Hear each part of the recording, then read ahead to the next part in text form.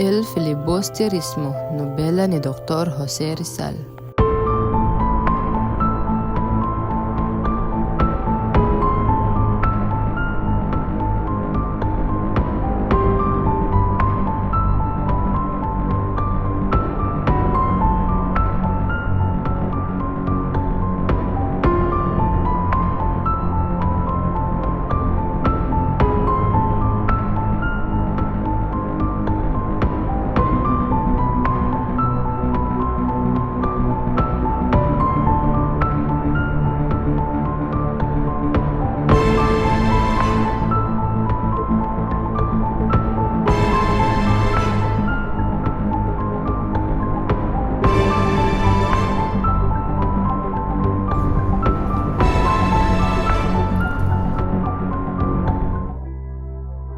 Naglalakbay ang isang vaportabo sa kahabaan ng Ilog Pasig galing Maynila at patungong Laguna.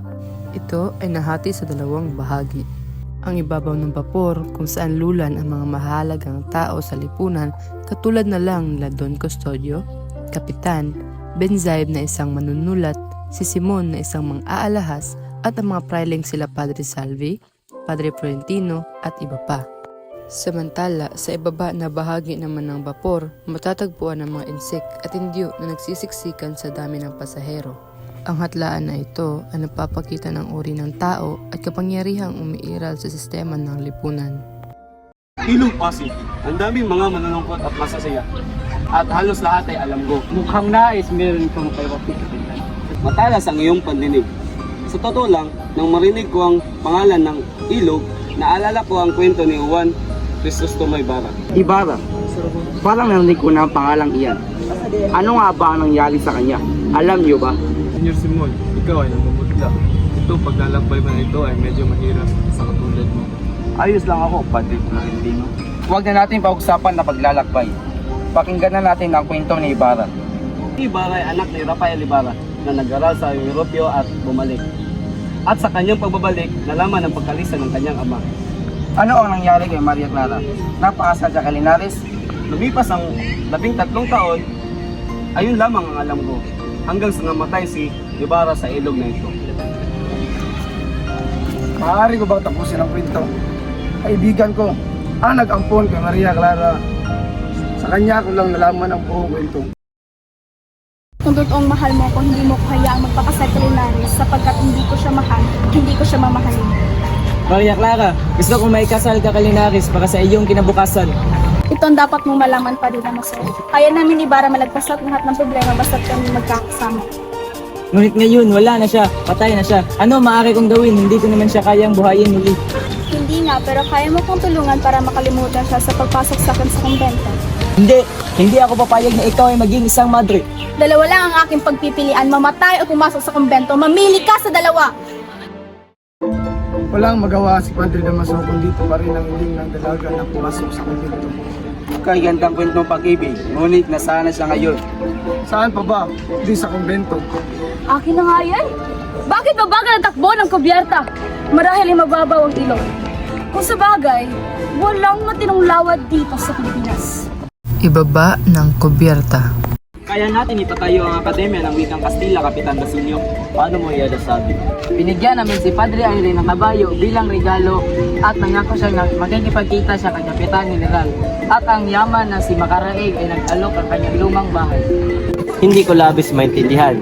Bakit ninyo pinilit ang wikang Kastila sa panahon ko kung ang pinag-aralan natin ay Latin at hindi Kastila? Ganun ba, Kapitan Basilio? Si Kapitan Basilio talaga makaluma, hindi pinapahalagahan ang modernasyon. Kanya naman lahat talaga na may edad. Nga pala, anong pala sabi ng iyong tiyong Florentino sa inyo ni Paulifa? Payag naman siya sa totoo lang. Palagi niya lang ako sinasabihan tungkol sa kasal. Ang hindi lang magandang masasabi kay Paulita ay ang kanyang tiya na si Doña Victorina. Oo nga eh, talaga ba na nais niya hanapin mo ang kanyang asawa? Oo, kung hindi, maaaring mawala ang aking pinakamamahal. Subalit, nagtatago si Don Tiburcio kasama ng aking tiyo. O Senyor Simon, isagani, ito si Senyor Simon, ang mga lahas. Huwag sanang masugatan ang iyong damdamin, Ginoong Isagani. Totoo ba na ang iyong probinsya ay napakahirap na hindi man lang makabili ng mga alahas sa akin? Hindi kami bumibili ng bagay na hindi kinakailangan sa buhay. Ayon ang dahilan kung bakit hindi kami bumibili. Tingin ko'y dapat tayo uminom ng alak para sa pagunlad ng iyong probinsya. Salamat, senyor. Ngunit hindi na ako umiinom ng alak. Isagani, ayaw mo ba sa kanya? Hindi ko alam, Basilio. Pero sa oras na nakita ko siya, mabigat na ang pakiramdam ko sa kanya. Dapat tayong lumayo sa kanya. Isa siyang malakas at kanang kamay ng general. Talaga, Basilio? Oo, si Kapitan Tiago ang kasama niya sa pagdating dito. Kaya pinaghihinalaan siya. Dahil sa ginawa ng ama ni Huli na si Kabesang Tales ay kailangan niya mapaalipin kay Hermana Penchang. Hindi ako papayag na mapapaalila ka. Ayoko rin, Lolo. Kasi ito lang ang tayong paraan upang makabayad tayo para kay tatay. Apo, bakit hindi mo lang ibenta ang binigay na lakit ni Basilio? Hindi ko kayang gawin yon. Magpapaalipin na ako kasi ibigay ko ang lakit na ito.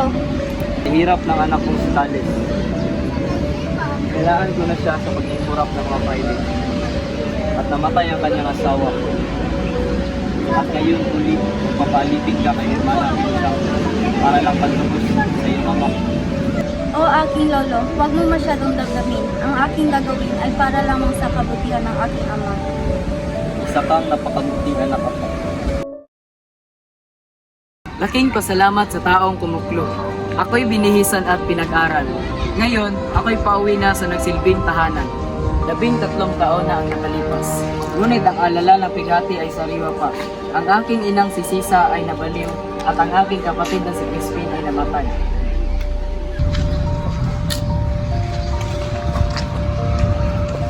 May taong malapit, si Senyor Simon. Ano ang ginagawa niya dito? Napaka-imposible pero totoo. Diyan ka lang sa kinatatayuan mo kung ayaw mong mamatay. Naalala mo ako. Dito tayo nagkita noon. Dito mo ako kilala. Lahat ng tao naniwala na patay ka na. Crisostomo Ibarra. Ang iyong mga natuklasan, Basilio, ay dapat lihim lamang at walang makakalam dahil maaari mo ito ikamatay o ikamatay ko. Wala akong balak ipagkanulo ka, senyor. Ang iyong lihim ay hindi malalaman ng iba. Nasaan ko nasasabihin mo yan dahil parehas tayo may tutol sa lipunan. Ang iyong ina na nabaliw at ang iyong kapatid na namatay. Umalis ako sa bansa upang magpayaman at maghihinti sa kanila. Parehas tayong naghahanap ng katarungan kaya tayo'y magtulungan. Ika'y nag-iisa lamang. Ang ating gobyerno ay masyadong malakas. Paano mo magagawa ang iyong paghiganti? Huwag mo kong kaawaan, Lolo. Hindi naman gaano kalayo ang bahay ni Hermana Penchang. Kaya pa rin kitang bisitahin. Kung bumalik ang aking ama, pag-isabi na lang na pumasok na ako sa kumbento. Alis na ko. Hala, ano ang nangyari sa kanya? Bakit siya napipi? Ano nangyari sa kanya? Ang aking bahay ay bukas para sa inyo, senyor Simon. Maraming salamat, Kabisang Tales. Ang aking plano ay pagpatuloy papuntang San Diego. Sa tingin mo ba ang aking revolver ay sapat na para sa Guardia Civil? Hindi ako sigurado, senyor. Nahalit ang mga revolver nila ay napakalakas.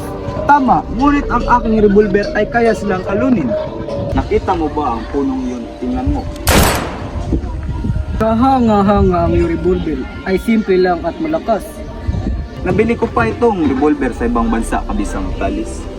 Ang pagbenta ni Simon ng mga alahas. Kung meron kang nagustuhan sinang, huwag kang magpapalata dahil nataasan ni Simon ang presyo. Tama, malas ang pag-iisip niya pagdating sa negosyo.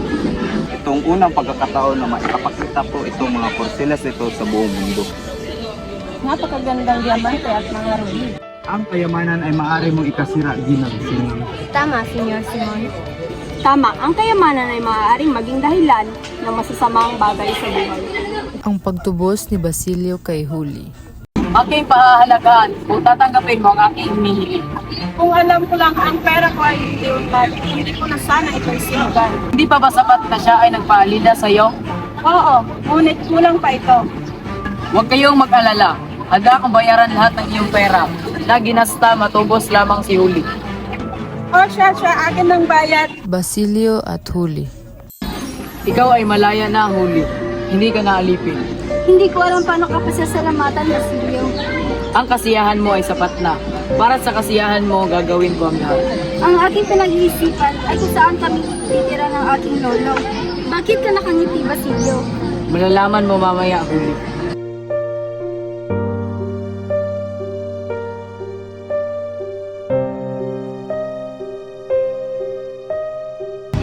Maraming salamat, Basilio. Pakilagpasan ang plano tungkol sa paaralan. Masyadong mahabang proseso yan. Ano bang meron dyan? Ang mga estudyante ay humingi ng bagong istruktura na dapat gawin ng pamahalaan. Ano ba yan? Wala na bang iba? Imbis na problema sa paaralan, ano bang kaibangan nito? Ngunit kapitan, ang mga estudyante ay umangat ng bagong akademya ng wikang Kastila. Akademya ng Wikang Kastila? Anong pumasok sa isip nila? At naisipan nila yan, kaibangan? Nasaan na si Makarayg? Ano ang nagpapatagal sa kanya? Magsiyahan tayo mga kaibigan, tayo ay nagtagumpay. Anong ibig mo sabihin, Makarayg? Nakita ko si Padre Erin kanina at sinabi niya sa akin ang tungkol sa ating panukala. Pinag-uusapan ito na mahigit na 1 linggo. Kasama si Padre Gamora, Padre Sibayla at ang mga alahas. Pinutol ng Kapitan General ang usapin. Ngunit inangat ni Padre Erin ang usaping pang-edukasyon at doon natin malalaman ang resulta. Hindi ba matagal na yun? Ayun ang sinabi nila sa buong saya ni Padre Erin. Ngayon, kaya ang paandarin ng usapin at si Don Custodio na nandoon ay siya na atasang magbigay ng pasya. Sa iyong sinabi, nasa kanyang palad ang solusyon sa problema? Tama na kay Don Custodio at nangako siya sa atin na may gagawin siya sa buwan na ito. Si Ginoong Pasta ay isang abogado. Kaya nang hikayatin si Don Custodio. At siya ay isang Indio at matalik na kaibigan ng aking tiyo. Gaano ka kasigurado na tatanggapin niya ang ating hiling? Ako na ang alam. Kung hindi natin mahihikayat si Ginoong Pasta, sa mabuting paraan, gagamitin natin ang mananayaw na si Pepay. Marunong ka nang magsalita ng wikang Kastila at hindi na kailangan ng paaralan. Di ako narito para lamang sa aking sarili, ngunit para rin sa mga estudyante sa akademya. Pagdating ng araw na ikaw ay matanda na, maintindihan mo aking sinasabi. Sa pagdating ng panahon na may puti na ang aking buhok, ito ay magpapaalala sa akin sa pagtangging tumulong sa aking kapwa.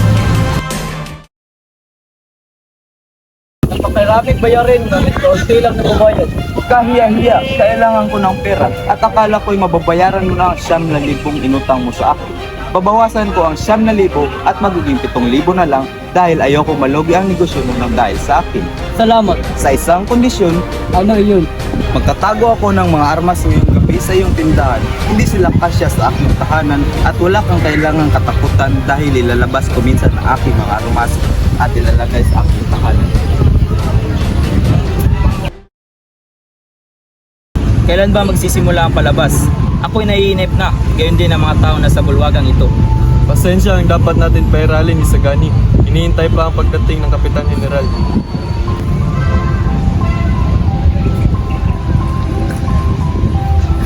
Ako'y nakita ni Isagani. Sabi ko si Paulita. Paulita, anong ibig sabihin nito? Magpaliwanag ka. Naroon na ba ang resulta, Makaraig? Umayag na silang tumulong. Pinapahalagan nila ang pagsisikap na pinapakita ng mga estudyante sa pag-aaral. Di tayo ay nagtagumpay. Hindi pa fiksyon. Hindi natin masabi na tayo ay nagtagumpay. Ang mga praile ay nagpapahayag at nagpaplano pa ng korporasyon. Makakatulong lang tayo sa pagpapatakbo ng akademya sa pondo na ibibigay ng napiling korporasyon. Ang nakakatawa pa, si Padre Erin ay gusto bigyan natin ang mga magbibigay ng sulo bilang pasasalamat sa pagtulong. Wala talagang sigurado sa mundong ito. Aking paniniwalaan din. Kala ko naman tayo ay nagtagumpay. Ang muling pag-uusap ni Basilio at Simon. Kamusta ka na, Basilio? Senior Simon, hindi ko napansin ang iyong pagdating. Ayos lamang ako. Ngunit si Kapitan Tiago ay lumalala ang kanyang sakit dahil sa laso na iyon. Kaya kong hikayatin ng lahat. Sa aking mga sinasabi, naniniwala sila na galing sa general o sa mga praile ang aking sinasabi. Mas napapadali na sila ay sumali sa aking panig upang magsikan. Ano ba ang aking magagawa? Paunti-unting nilalason parang ang bayan. Makinig kang mabuti, Basilio. Sa kakunting sandali, magsisimula na ang magsikan. Senior Simon, sinabi ko na sa inyo dati na wala akong balak makisali sa politika. Nandito ako para papiliin ka sa kamatayan o sa magandang kinabukasan. Kung kami ay magtatagumpay, lahat ng taong hindi sumang-ayon na tulungan kami ay tataguriin namin kalaban. Kamatayan o magandang kinabukasan, tsak na ba ang iyong pagtatagumpay?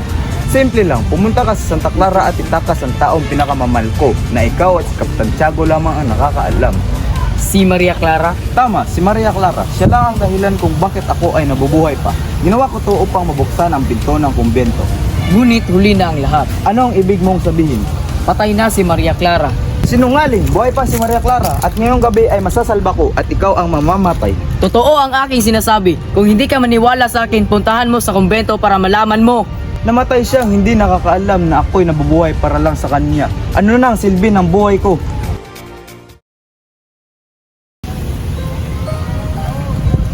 Tadio, ano nangyari dito? Kagabi, may mga paskil na kita at nagkaroon ng kaguluhan.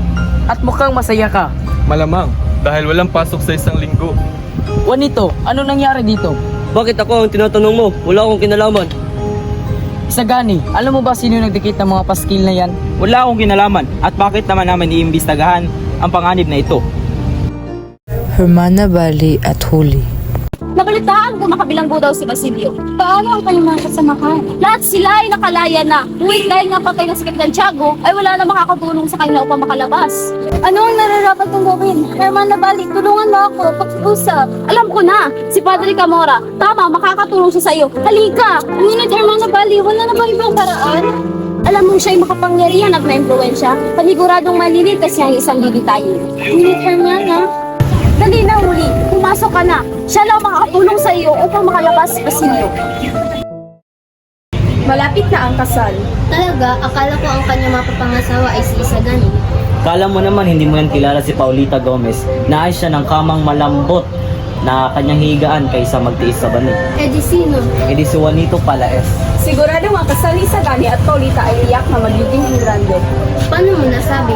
Dahil sa nakakalat na balita na mag-aagi si Simon ang brilyante at talahas upang handog sa bagong kasal. Ang swerte naman ni Juanito at ang malas naman ni Isagani. Sa paglapit ng kasal nila Paulita Gomez at Juanito Palaez, ang hiwalayan ni Isagani at Paulita ay nangyari at labis na ikinalulungkot ito ni Isagani. Katarungan na sa atin, hindi ko na sinimulan ang himagsikan dahil akala ko inabandona na ito. Nitroglycerin? Tama, ito ang gagamitin natin upang armas. Paano naman natin yan gagamitin? Lahat ng tao ay magsama-sama. Gamit itong lamparang ito sa sabog at papatayin silang lahat. Kailan? Tungkol saan ang sama-sama? Sa pagpatak ng oras ng alas 9, siguraduhin mong malayo ka sa Kalye Analog kung gusto mong mabuhay. Ngayon ang kasal nila Juanito at Paulita. Magaganap ang kasal sa lumang bahay ni Kapitan Tiago. Lahat ng bisita may kinalaman sa pamahalaan. Ngayon ang huling gabi para sa namamahala sa Maynila. Sa tingin mo ba kailangan pa ng bagong kasal ang liwanag? Siguro hindi naman sila habang buhay na sa dilim. Papasukin niyo ako! Hindi pumasok kung walang imbitasyon! Ano ang nangyari dito? Wala naman po, Senyor Simon. Sa eskolta, dali. Opo, Ginoo. Mana Tesel Pares at nilagdaan ni Crisostomo Ibarra. Imposible, patay na siya. Bakit? Sino ba siya? Bakit natakot kayong lahat? Isang masamang biro ito at may mga kababayan dito. Paano naman makakasulat ang isang filibuster na isang 10 taon ng patay? Totoo na siya ang nagsulat. Alam ko ang kanyang sulat gamay. Manatisil Paris. Ibig sabihin, patayin tayong lahat. Ang buong ito ay paniguradong gagagawa ni Simon. Paano mo yan nasabi? Siya lang naman ang nag-organisa ng handaang ito at may dala siyang lampara. Kaya naman pala inaanap na sila mga otoridad. Kabesang Tales. Ako si Kabisang Tales, kilala bilang kilabot ng Luzon. Ang niloko lamang ni Simon. Sa panahon na makita ko siya, pagbabayaran niya ang nangyari sa ating mga samahan. Sinungaling Ginoo, niloko tayong lahat. Tumigil ka!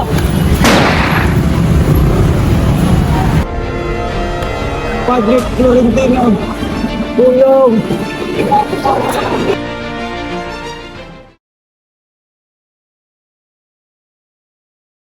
Makinig kang mabuti, Basilio. Ay, more dito tayo. Huwag na pa hiningon na. Ano na silbi ng buhay ko? Bahay ni Kapitan. Sila mo, si Gosh! Kayong lahat.